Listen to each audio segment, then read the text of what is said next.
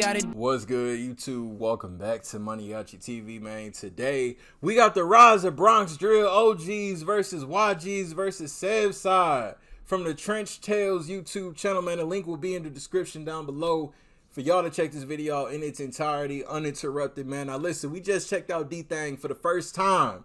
We've been in tune with K-Flock for a couple months now. Y'all been telling me I gotta watch some documentaries on the background of the beef and the issues that they got with each other, man. So here we are. If there's other videos of this beef that y'all want me to check out, man, drop them down below in the comments. We ain't doing no more talking. Let's get it. First, the search for the gunman who killed a teenager in the Bronx. Police believe the victim, 13-year-old Jerian Elliott, was not an innocent bystander and could have been targeted. The shooting happened this afternoon on East 187th Street in the Bronx. Elliott was shot several times in the chest. Surveillance shows Jerian Elliott in red pants, shot zing through the air. Within seconds, he scrambles inside a restaurant. A crowd surrounds him. Police say he got shot in the ankle and chest. Another weekend of deadly gun violence in broad daylight, too. Police say he got shot in the ankle and chest. Another weekend of deadly gun violence in New York City. 4 teenagers were shot in separate incidents. 3 of them died. Around 11:30 Sunday night by the corner of East 178th Street and Webster Avenue in the Bronx, police say 2 men pulled scooters up next to a cab Medrano was taking to a recording studio. They then shot him in his head and chest, killing him. Eye-opening. Gun violence here in the Bronx is at a level we have not seen in decades.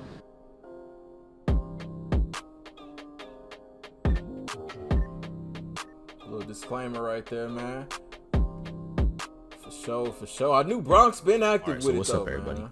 We got to talk about the Bronx drill scene that's been blowing up recently. Over the last few years, Brooklyn has had all the attention in the drill rap scene, but in 2021, it seems that the Bronx is taking that title. An artist by the name of K-Flock has the torch for the Bronx right now after he just inked a record deal, which is rumored to have been worth over $1 million, and he remixed his hottest song, Being Honest, with a feature from G Herbo. Ironically, that song, Being Honest, was actually made as a response to a challenge started by a Brooklyn rapper named Siggy Black over the beat he used for his song, Dishonest.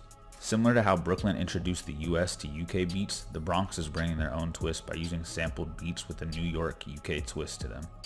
In fact, just over a week ago at the time of this recording, D-Thang, one of K-Flock's... We just checked this out. If y'all haven't seen this reaction yet, please go back and check it out. It's the video right before this one, man. These niggas be sampling anything. Rivals and his blood cousin dropped a song in Who I Smoke fashion called Talk Facts, which he samples the 2011 hit Need Your Love, in which he disses almost every dead op and every other hood in the Bronx. A YouTuber by the name of We Drill Crazy dropped a video in which he breaks down the lyrics and showcases each name drop, and it's damn near a different name in each bar. I was just saying on the last video too, man, if there's a video that like explains all the names and all the background, yeah, we gonna check this one out for sure. We Drill Crazy dropped a video in which he breaks down the lyrics and showcases each name drop, and it's damn near a different name in each bar. I'll link his video below so you can check it out. The Bronx has always been known as one of the wildest boroughs in the city. Charlemagne the God always says the craziest people come from the Bronx and all of Florida, and that for the most part is true. The Bronx is no stranger to gangs, drugs, and violence. During the Prohibition era, the Bronx was home base for several mafia members, including Dutch Schultz, who is rumored to have buried over $150 million worth of diamonds, gold, and cash somewhere in the borough before he was gunned down in 1935, but the treasure has never been found. It was a hub for... That shit ain't never been found? Word to my mother, I'm going out to the Bronx. What you mean? Or in the borough before what he was you gunned down in mean? 1935, but the treasure has never been found. Woo! It was a hub for organized crime up until the late 90s when there was a large migration of Africans and Latinos, which caused a lot of the European settlers to move elsewhere. In the 70s and 80s, East 187th Street, now known as SevSide, which is K-Flock's hood, was primarily controlled by the Italian mafia. In the 90s, when the blacks and Hispanics started to move in, it pushed a lot of the mobsters out east into Morris Park. Those my people. By the early 2000s, SevSide was primarily ran by a blood set called the... It's my people. Hey, if y'all ain't know I'm half Italian, that's the name Maniaci. Come on now. Get out with east it. into Morris Park. By the early 2000s, SevSide was primarily ran by a blood set called the East Homicide Brims. After a ton of internal and external beefs over the span of a decade, 700 DOA was birthed. SevSide is now made up of mainly Mac Balla Brims, Sex Money Murda, and they're clicked up with the Rollin' 80s Crips from East 180th Street, also known as Rayway. If you head 3 miles south from the Sev, you'll end up on Cortlandt Ave, which is OG's territory. Cortlandt Ave in the South Bronx is a hood made up of 3 projects, the Melrose Houses, Jackson Houses, and Morrisania Air Rights, also known as Vietnam. Cortland Ave has always been a wild hood. Since the 80s, drugs, gangs, and violence have been a prominent issue. In 2003, a new gang in the Bronx was formed called the Young Gunners. The OGs and the YGs were initially one gang in the beginning. The YG started in two projects, the Mott Haven houses and the Patterson houses. When it was created, its other main hoods were Cortland, Highbridge, River Park Towers or RPT, which is where D-Thang is from, and Jackson Ave. Cortland was called the Young Gunners from Cortland, or YGFC. At some point, the YG's leader, Juther Juhef Perez, crossed one of the leaders from Cortland, so YGFC left the YGs and changed their name to OGFC, which they later shortened to GFC, or God's Favorite Children, or just the OGs, original goons. When they left, the YGs started to beef with a lot of other hoods. Similar to SevSide, Cortland had a lot of internal and external conflicts over the years, including a RICO sweep in 2009 called Operation Rotten Apple that led to the arrest of 53 gang members. The OGs from Cortland's biggest ops are still the YGs. So with these street gangs like OGs, YGs, and SevSide, like this ain't like Bloods, Crips, Gangsta Disciples, Vice Lords, Latin Kings. This is you either OGs, you YGs, or you SevSide. It ain't no, you could be a Blood and a Rolling 60s. Y'all cool as hell with each other. Y'all kill another nigga op. Like that's how close y'all are with each other. So it ain't really like, we only fly blue rags over here or red rags over here. It's like, it's just wherever you from. Called Operation Rotten Apple that led to the arrest of 53 gang members.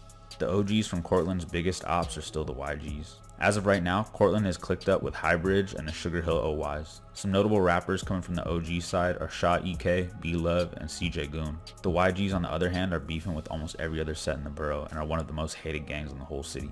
These three sets have been at each other's necks for a long time now, but things really started to boil over in July of this year, which led to 3 teens losing their lives in the same week. On Thursday, July 7, 2021, at around 11:35 p.m., Tyquil Doherty, also known as Ty Swish, was gunned down in front of his apartment building on East 182nd Street in the Bronx.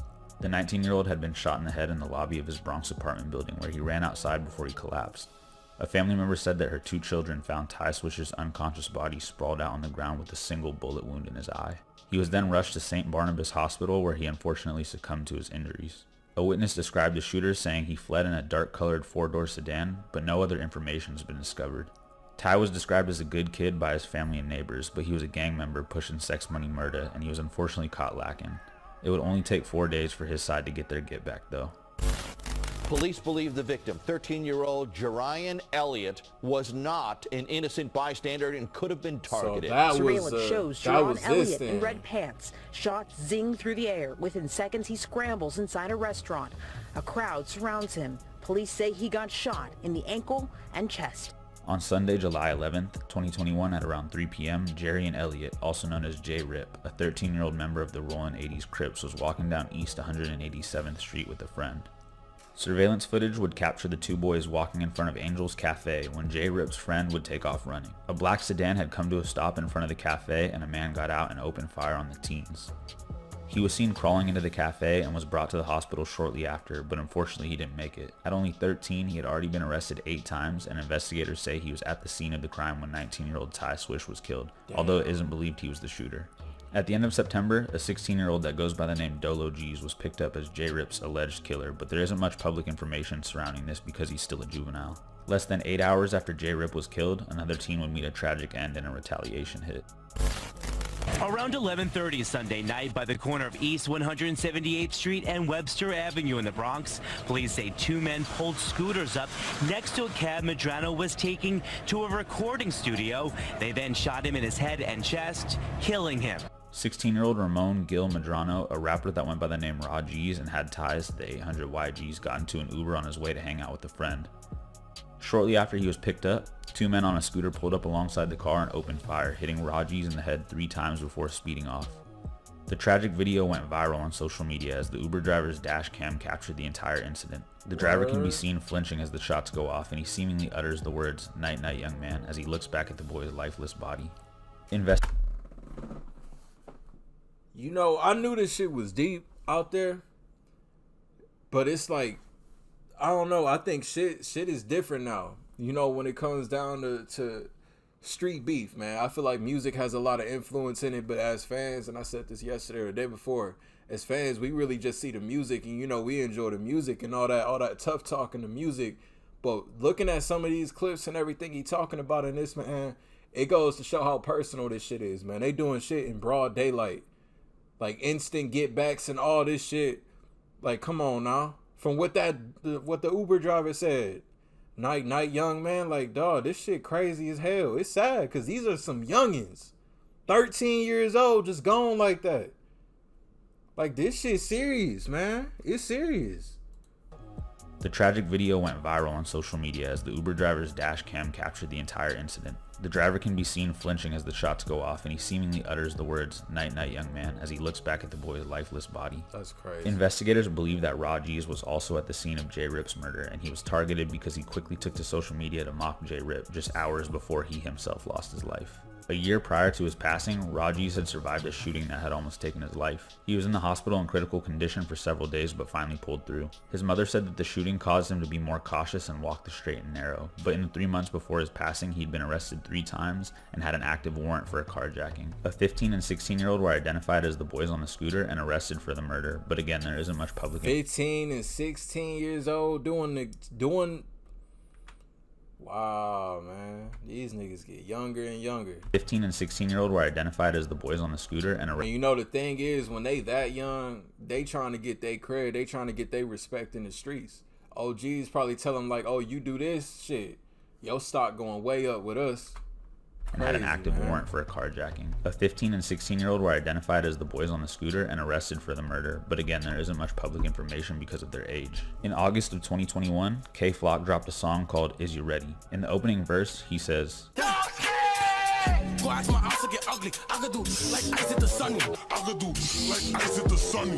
referencing one of the greatest movies ever made, Paid in Full. This was a subliminal diss towards his cousin D-Thang, because if you remember in the movie, Ice was Sonny's uncle who had set him up to get kidnapped and killed. D-Thang and K Flock had always been good, even though they were from rival gangs, but the diss caused a rip that led to D-Thang taking an Instagram live to send an eerie subliminal where he says, "He ain't related to me. Like Ice did this Sonny." Can't wait to see Auntie now. The beef took the life of another teen on September 30th. 16-year-old Nasiah Sanchez, also known as Nasrullah, a Rollin' 80s Crip and one of K Flock's affiliates, was shot and killed after 2 men jumped out of a gray Honda Accord and shot him in the head and chest in broad daylight on East 187th Street near Prospect Avenue. Nasrullah had been arrested 18 times, most recently on September 5th for felony gun possession. All of these events are truly mind-blowing when you realize that these kids are all just teens. Most of them go to the same high school, so you can find videos all over the internet of them fighting in school and actually going live to diss their ops in class. It makes it more disturbing that with the rise of social media, many of these killings are broadcasted on the internet for everyone to see. Some of the rappers are actually really talented and they make good music, but they literally commit crimes and then admit to them in their songs. If you ever want to get caught up on what's going on in the Bronx streets, just listen to the latest drill song and you can hear all about it. It's only a matter of time before things escalate and we see these hoods going down for RICO cases, and that's if they can even stay alive long enough to make it to 18 to even get arrested. They're literally gambling with their lives daily. People like K Flock, D-Thang, and the other talented artists need to realize that they have a lot of eyes on them right now and need to get out of the hood ASAP because they have a golden opportunity in front of them. We'll just have to wait and see how this one plays out. Let me know what you guys want to see in the comments below. Thanks for watching and I'll catch y'all on the next one. It's crazy because it's different. Music is different. I said this a million times, man. This shit is different, man. It was a time where war on drugs was the biggest beef in hoods. You know, territory was separate with the war on drugs. The war on drugs is over. Now music has such a big influence in a lot of shit when it comes down to this shit, man. Music has a big influence. All these street niggas, they all want to rap now. They all rapping now, and that shit, honestly, the music instigates these beefs even further. Like, shit, this shit crazy as hell, man. The rise of Bronx drill, OGs versus YGs versus SevSide. Link down below in the description for y'all to check it out in its entirety, uninterrupted. Like I said, if there's any more documentaries on this, man, hey, comment them down below. Y'all let me know. We for sure gonna get more in tune with the Bronx, man. So, y'all new to the channel, y'all rock with me on daily reaction videos, man. Hit that subscribe button, follow me until the next video. I'll see y'all then. Thank you for watching MANIACITV. I'm out. I ain't gotta do too much. I swear that these niggas, they be doing too much. I ain't gotta